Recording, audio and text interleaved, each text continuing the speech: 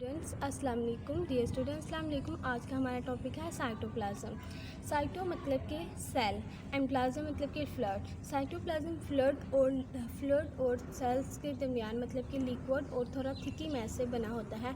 ये jelly like viscosity इसकी होती है।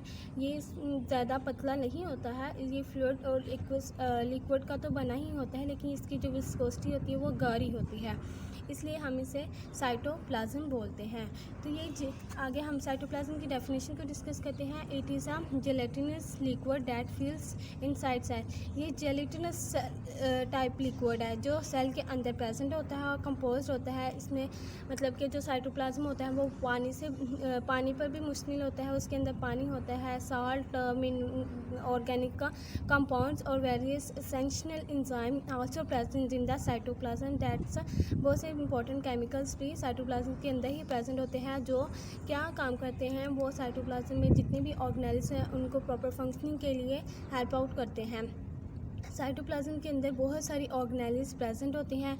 तो साइटोप्लाज्म होता ही क्या है, पहले हम ये डिस्कस कर लेते हैं। साइटोप्लाज्म एक्वस ग्राउंड सब्सटेंस होता है। इसमें जो इसका ग्राउंड जितना भी होता है वो सारा जितना मतलब कि जितना भी यहाँ पे साइटोप्लाज्म है, यहाँ पे ये सारा ये जो है वो सारा एक्वस ग्राउंड सब्सटेंस है। मतलब कि इसमें एक्वस है, पानी की तरह है, जिसको हम एक्वस ग्राउंड सब्सटेंस बोलते हैं। इसमें बहुत सारी ऑर्गेनेल्स प्रेजेंट होती है साइटोप्लाज्म में।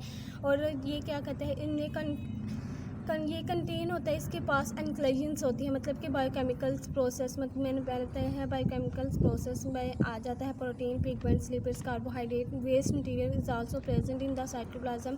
सेल के पास जितना भी वेस्ट मटेरियल होता है वो भी साइटोप्लाज्म में होता है, और जितनी एसेंशियल चीज़ें उसे चाहिए होती हैं वो अपने पास रखता है और वेस्ट मटेरियल को वो रिलीज़ कर देता है।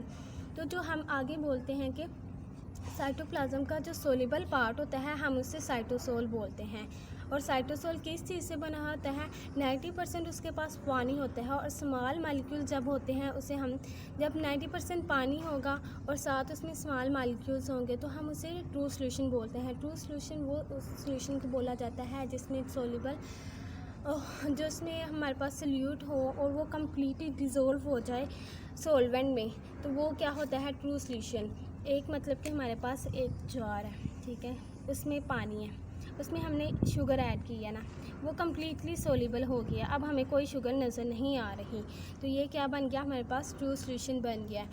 और क्लाइडियल पार्टिकल्स, क्लाइडियल सोल्यूशन क्या होता है, क्लाइडियल सोल्यूशन में 90% क्या होता है, पानी होता है, और लार्ज मालिक्यूल इसमें प्रेजेंट होते हैं जिसे हम क्लाइडियल सोल्यूशन बोलते हैं। क्लाइडियल सोल्यूशन में एक ये जार है, इसमें ये पानी है, उसमें हमने क्या किया है कि ऑयल ऐड कर दिया, उसे हम काफ़ी देर तक उससे स्टेरिलाइज घुमाते रहे, मिक्स आउट करते रहे हैं, काफ़ी इसे हमें ऊपर नीचे काफ़ी किया, लेकिन वो मिक्स नहीं हुआ। क्यों? क्योंकि ऑयल पानी के अंदर डिज़ोल्व नहीं होता, और वो लार्ज पार्टिकल्स होते हैं, वो क्या होता है कि पानी के ऊपर कुछ तेल सेटल करने के बाद वो पानी के ऊपर एक लेयर की शक्ल में आ जाते हैं, वो कोलाइडियल सॉल्यूशंस होते हैं, क्योंकि वो लार्ज नंबर ऑफ पार्टिकल्स होते हैं। अगर कोई प्रोटीन्स ले लें या कोई इस तरह की लिपिड्स ले लें, पानी के अंदर डिज़ोल्व करें, वो भी नहीं होंगे, वो काफ़ी टाइम लगेगा। तो इसलिए इन सॉल्यूशंस को हम क्या बोलते हैं, कोलाइडियल सॉल्यूशन बोलते हैं। कोलाइडियल सॉल्यूशन दो तरह के होते हैं, सोल और जेल। कोलाइडियल सॉल्यूशन दो तरह के होते हैं, सोल और जेल। जो सोल होता है वो नॉन विस्कस होता है, उसकी विस्कोसिटी बहुत कम होती है, बल्कि वो उसकी विस्कोसिटी होती नहीं, वो लिक्विड सॉलिड टाइप होता है ना। जो जेल होता है वो लिक्विड और जेल से बना होता है और जेली टाइप होता है।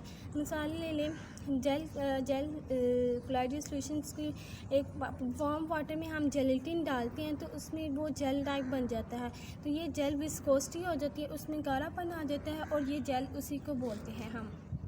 आगे हम डिस्कस करते हैं साइटोप्लाज्म के कंपोनेंट्स को, कि साइटोप्लाज्म किस किस चीज़ पे कंसिस्ट होता है। साइटोप्लाज्म साइटोसोल पे कंसिस्ट होता है, वो मैंने आपको पहले ही बता दिया है।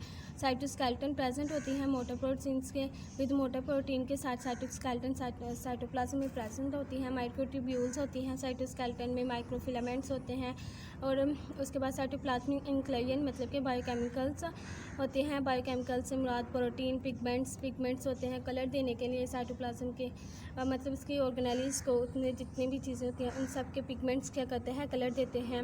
उसके बाद लिपिड्स होते हैं, कार्बोहाइड्रेट्स होते हैं, वेस्ट मटेरियल तो मैंने पहले ही बता दिया है। ऑर्गेनेल्स प्रेजेंट होती हैं, दीज आर आल्सो कंपोनेंट है प्रेजेंट इन द साइटोप्लाज्म में कुछ ऑर्गेनेल्स प्रेजेंट होती हैं। वो ऑर्गेनेल्स माइटोकॉन्ड्रिया, एंडोप्लाज्मिक रेटिकुलम होती है, गोल्गी एपरेटस होती है, न्यूक्लियस होता है, उसमें जेनेटिक मटेरियल भी प्रेजेंट होता है।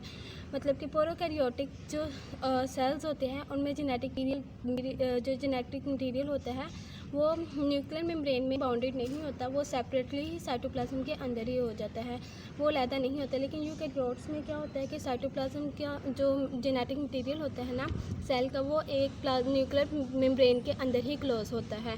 अब इंपॉर्टेंट फंक्शंस हम डिस्कस करते हैं साइटोप्लाज्म के। ये मेटाबॉलिक एक्टिविटीज़ के तौर पर भी काम करता है, एनर्जी बनाता भी है और उसे रिलीज़ भी करता है और इसकी प्रोडक्शन देता है और इसको सेल के यूज़ के लिए भी इस्तेमाल करता है। अब हम साइटोप्लाज्म को store house of vital chemicals भी बोलते हैं, बिकॉज साइटोप्लाज्म में बहुत सारे केमिकल्स प्रेजेंट होते हैं जो ऑर्गेनेल्स को हेल्प करते हैं उनके फंक्शंस के लिए, ठीक है। Help movement of the molecules cytoplasm में। आज का हमारा टॉपिक कंप्लीट हुआ साइटोप्लाज्म। अगर आपको होपफुली आपको समझ लग गई हो, अगर आपको मेरा लेक्चर पसंद आए तो लाइक कीजिए, सब्सक्राइब कीजिए। Thanks for watching. मैं अपना लेक्चर रिटन वर्क के साथ इसलिए अपलोड करती हूँ कि बच्चों के पास, स्टूडेंट्स के पास नोट्स आ जाएं। आप ये नोट्स भी कर सकते हैं एज इट और लॉन्ग क्वेश्चन के तौर पर भी, और इसमें शॉर्ट्स भी मैं क्लियरली बता देती हूँ। So this lecture helpful for you. Thanks for watching my video. Okay, अल्लाह हाफिज़।